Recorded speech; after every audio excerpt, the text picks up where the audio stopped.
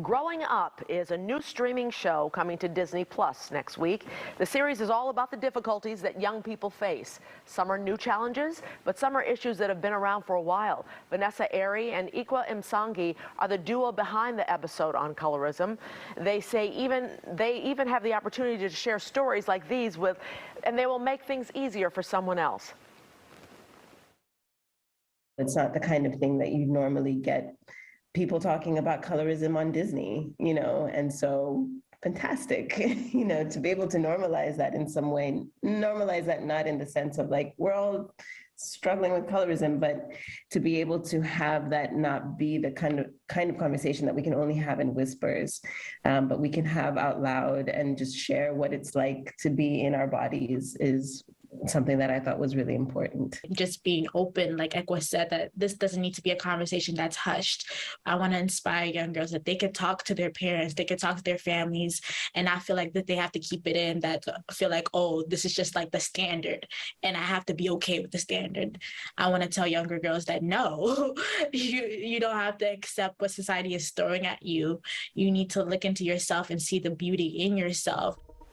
Other stories from the series include sexuality, disabilities, and more. Sophia Angele is a young woman who has questioned pursuing a career that highlights her natural abilities in science because she didn't see many other people that looked like her in those spaces. Now a graduate and leader herself in technology, she is proud to carry that banner for the next generation of Black students. I know that, I'm not the only person doing what I'm doing right now. And I think that stories like this and shows like this are so important because they show sort of just a drop in the bucket, like what is out there. And I hope that with the resources that our show gives out, for example, the Cope with Closet program that I've gone through, that's what showed me that there's so many other people who look like me trying to do the same thing that I'm doing. She's not the only one working to connect science with society. Dr. Ellis Monk is a Harvard sociologist, and he's revolutionizing the way artificial intelligence works for all of us. Doctor, thank you so much for joining us today. For having me. First of all, let's start from the bottom up. What is colorism and how does it differ from racism? So colorism is really a system where you have different amounts of privilege and status according to the lightness or darkness of someone's skin.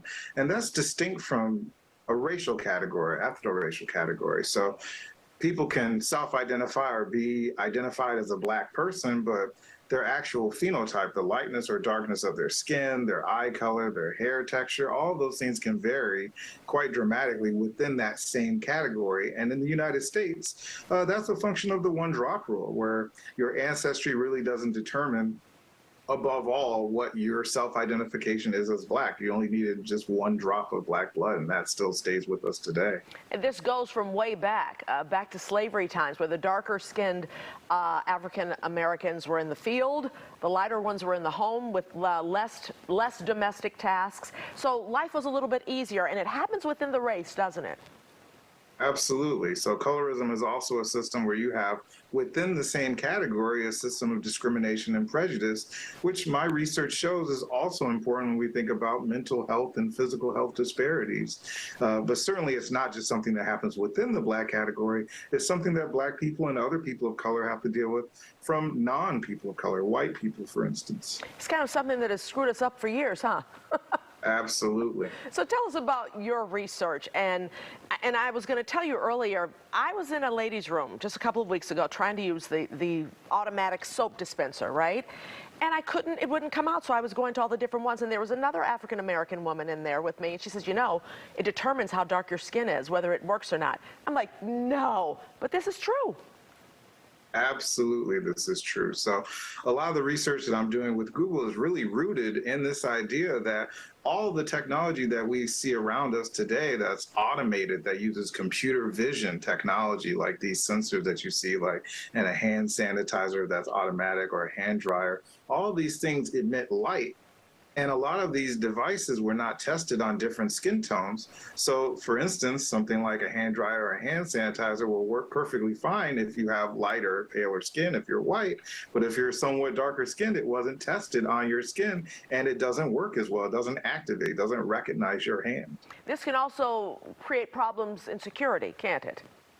Absolutely. So this is something that has implications for facial recognition, devices and software, even self-driving cars. There are studies that show that darker skinned people are not always recognized as human beings by self-driving cars. So this is a huge safety issue there as well. Why is this still happening in 2022? Why are black people less than still?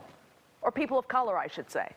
Yeah, I mean, it's not even just black people. It's anyone who just has a little bit more pigmentation, a little bit more melanin. And I think the reality is that a lot of these technologies, even though we think of ourselves as being, 2022, the cusp of, the bleeding edge technologies, a lot of these technologies were devised and tested in pretty homogenous groups of people, social demographically speaking. So if you look at the big tech companies, a lot of these companies and the engineers and the people who are doing this work, they tend to be mostly white, maybe Asian. There's not a lot of, darker skin, African American, Hispanic, Latinx people there in the room developing and testing these sorts of products. And this is why I'm so proud that the project that I'm doing with Google is starting to take off, because they're tackling this problem directly with this project. Tell us more about your project and how you're trying to change this, and will it change, and how soon?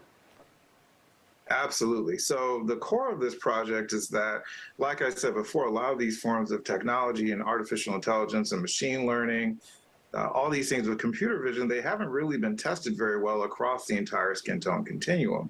So the Monk skin tone scale, which I developed, is a scale that tech companies like Google, but not just Google, because we've open sourced it, can use to test their products at the level of the actual technology itself to make sure that all of their different products are working well across the entire skin tone continuum. And what that means for Google, it means things like the real tone filters and the Pixel camera phone. It means things like image search, making sure that the results are more equitable. And even, basic things like people look, for instance, they'll type in things like cute babies. So when I mean like an equitable search, you might just see pictures of white kids, white babies. Well, that's not the whole world, right? So in embracing this kind of, vision for technology that's inclusive, what Google is doing is essentially saying that all of our products need to be inclusive, and our search needs to be inclusive and represent not only the diversity we see in the United States, but the diversity we see all around the world. Bravo to you to making a change, because if it weren't for you, we'd still be going on without it. Well, it's not just me, but I'm glad to be a part of it. Absolutely. All right, Dr. Ellis Monk, thank you so much. Be safe, be well. Thank you.